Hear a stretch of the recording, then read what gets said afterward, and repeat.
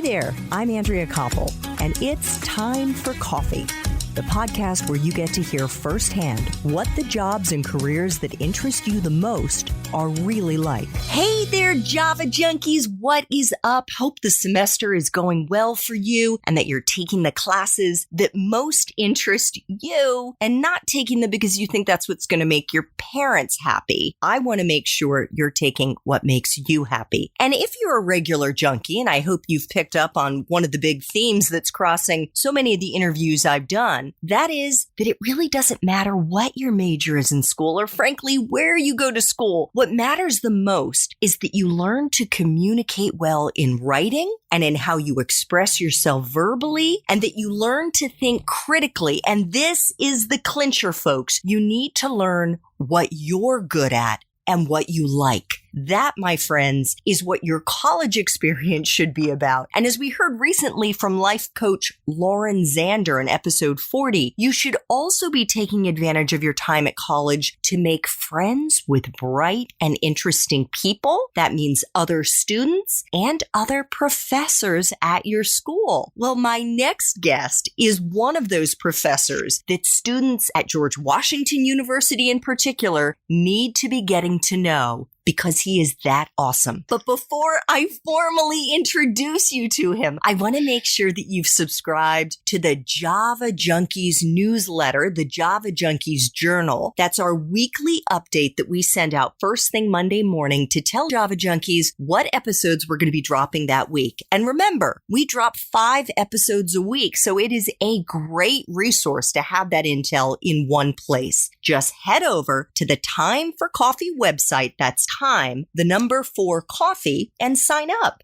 Now grab your mug and take a chug of a delicious caffeinated beverage, because it's time for another caffeinated career conversation. And my guest is Peter Loge, an associate professor in the School of Media and Public Affairs at the George Washington University. He's also a strategic and communications consultant and an author. Peter's day job for the past 25 years has been the politics of public policy. He's served in senior positions for 3 members of the House, the late Senator Kennedy, and in the Obama administration. In those roles, he put the first member of Congress on the internet, was a chief of staff during the impeachment of President Clinton, worked on the Affordable Care Act, and served as a senior advisor to the Commissioner of the Food and Drug Administration, a position that the commissioner actually created for Peter and to which he was appointed by President Obama. Peter's first book, Soccer Thinking for Management Success, Lessons for Organizations from the World's Game, debuted as the #1 sports industry new release on Amazon. Peter, welcome to Time for Coffee. Are you caffeinated and ready to go? Ready to roll after that introduction. I feel like you set a pretty high bar, but sure, let's do this thing. And you are not only going to meet it, you're going to clear it, Peter. So here we go. Let us get into the espresso shots. And this is really to get into kind of how those Java junkies who may be interested in getting into a career in politics and or public affairs can just get some tricks, tips, insider information. Question number 1. What entry-level jobs, Peter, are available for young people who want to break into these fields? Good question. Answering phones, being sort of a personal assistant / gopher, do whatever needs to be done. A lot of it is just backing up other folks, data entry, some editing, just those kinds of jobs, and scheduling sometimes. Yeah. And I'm also wondering what about joining a political campaign? Absolutely. That's a great way to get a lot of experience. And as you point out in the introduction, a great way to meet smart, interesting people. Work on a campaign. It'll tell you real fast whether or not you want to work in politics. You'll learn how to work under pressure. You'll talk to real voters with real concerns about their real lives, not just the Washington, D.C. bubble. You'll pick up a lot of skills from, probably web design, social media, answering phones, stuffing envelopes, writing, speaking, all of those skills you'll need to use. And you'll meet the folks who can then help hire you at Capitol Hill offices, in public affairs firms and lobbying firms, communications firms, and all those sorts of things. Terrific way to get a start. Great. Fantastic. So what is a useful skill or skills that you look for, Peter, in the people that you hire and have hired over the years? Look for a couple of things. One, to your point earlier, can you speak and write clearly. I don't want you to write or talk like roll call or a Sunday morning show or Twitter. I want you to write and speak clearly like a real person. Second, can you work under pressure? On resumes, I look for some experience in the field in which I'm hiring because I want to know, what the rules are and what the words mean. But mostly I look for things that prove that you can work well under pressure. One of the best people I ever hired, I hired because he'd been a lifeguard. I was hiring a guy to answer phones in a congressional office. Long periods of boredom, separated by brief moments of panic. Sounds like being a lifeguard. His last job in Washington was in the West Wing working for President Obama. Be a carpenter, be a waiter, be a busboy, be a cab driver. Do something like that. That's what I want. Fantastic. Now, what about someone's major? Is it a deciding factor to get into the world of politics and public affairs? No. I want somebody who can think and write well. And the best ways to learn how to do that are studying anthropology, philosophy, speech communication, rhetoric, history, literature, something like that. I can teach you the rest of the skills. I'm not hiring the guy to run the joint right out of college. I'm hiring somebody who I know can think critically, who's bright, who's eager, who's interested and interesting. I love that. What about a graduate degree? And that is less so for the entry-level positions, obviously, but more so for somebody who wants to succeed in the field, for somebody who wants to have the big title, the chief of staff, the member of Congress, whatever that may be. I wish more people got MBAs. There's a skill that management, experience in management are undervalued in politics. Everybody comes to work in politics and thinks, wow, this joint's run really badly. And then no one hires the MBA to run the joint. Go get an MBA. That's what I want. And you can study social entrepreneurship or nonprofit management or other kinds of management in many graduate schools. I would look for that. Otherwise, if you want to get a graduate degree, a graduate degree in strategic communications, a graduate degree in public policy, something along those lines. A lot of people want to go to law school. That's really expensive. It's by and large a miserable experience, and it's not necessary. We're not looking for folks to litigate the law. We're looking for folks to think about interesting ways to bring us together as a country. Wonderful. What about life experiences, Peter? What in your experience are the most useful ones to have for someone starting out in this field? It's a good question. And I would think life experience that's outside of the Washington, D.C. norm. I'm looking for life experience, as I said, somebody who's been a carpenter, been a waiter, maybe somebody who's worked on fishing boats over the summer. I want someone who has done sales, done retail, who's spent time talking to real people in their everyday lives, who has literally walked a mile in their shoes. Everybody in Washington has done something terrific and wonderful with, name your favorite nonprofit or your charity. Do something that engages people. The other kind of experience that I think is invaluable is either military service or public service. Go to officer candidate school. Go to AmeriCorps. Go to the Peace Corps. Do City Year. Do something that involves really engaging and improving the civic and civil life of our country. That's what I want. Peter, what is and what has been the best part for you of being in the world of politics? And this is one of those, we're in a particularly bitter, divided time right now. What words of inspiration can you give young people who think they want to build their career in this track?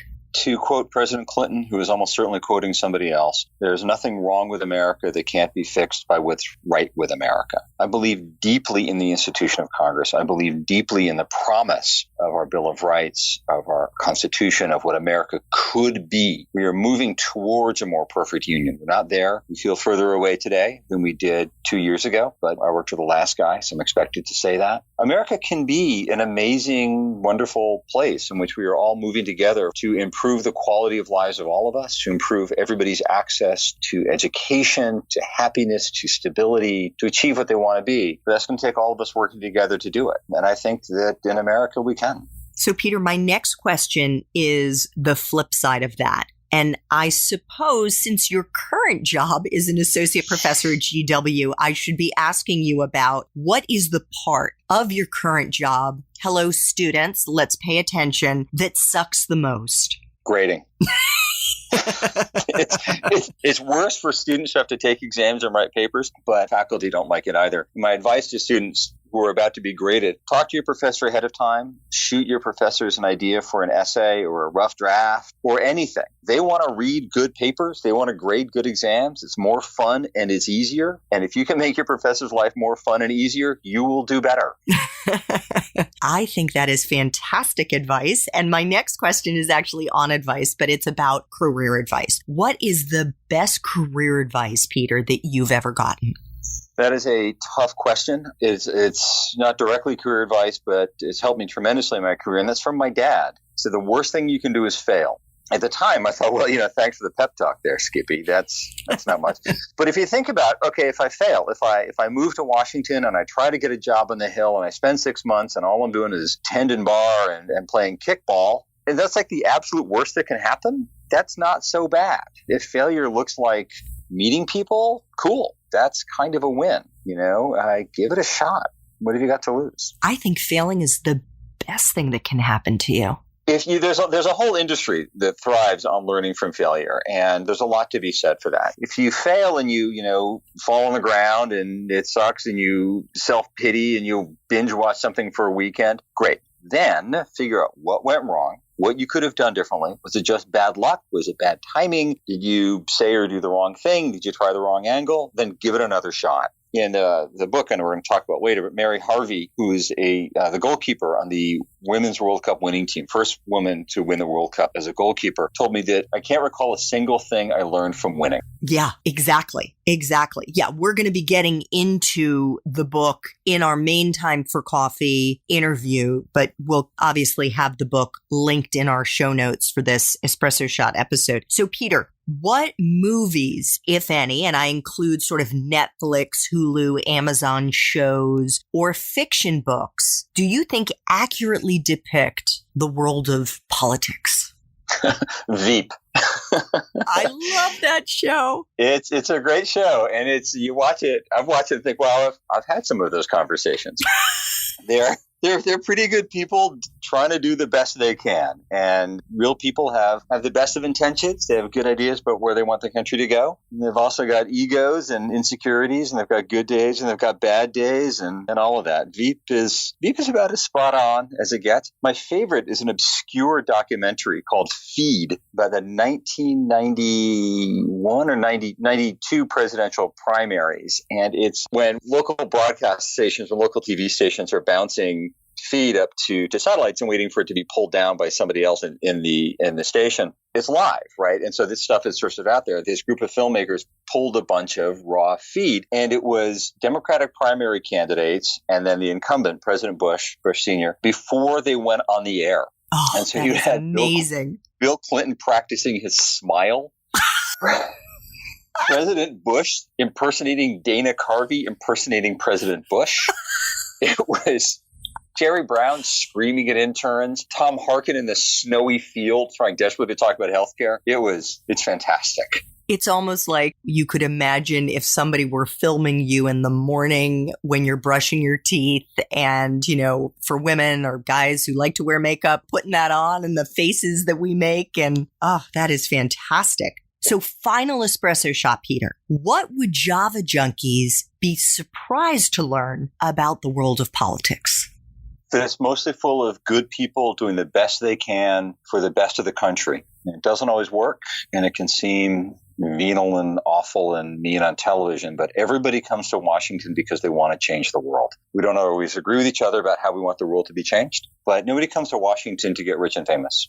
There are far more efficient ways to get rich and famous than advocating on behalf of animals or kids or schools or tax policy or broadband policy or whatever it is. Washington's full of really, by and large, good people doing the best they can doing the best they can for the country. I love it. A positive note to end on. Peter, thank you so much for making time for coffee with me and the Time for Coffee community. I really enjoyed our conversation. Thank you so much. It's great fun. Thanks so much for listening to Time for Coffee, where the professionals in the jobs that most interest you always have time to grab coffee 24/7, no matter where you live. I have one quick favor to ask you. Remember to rate, review, and subscribe to Time for Coffee. Thanks so much.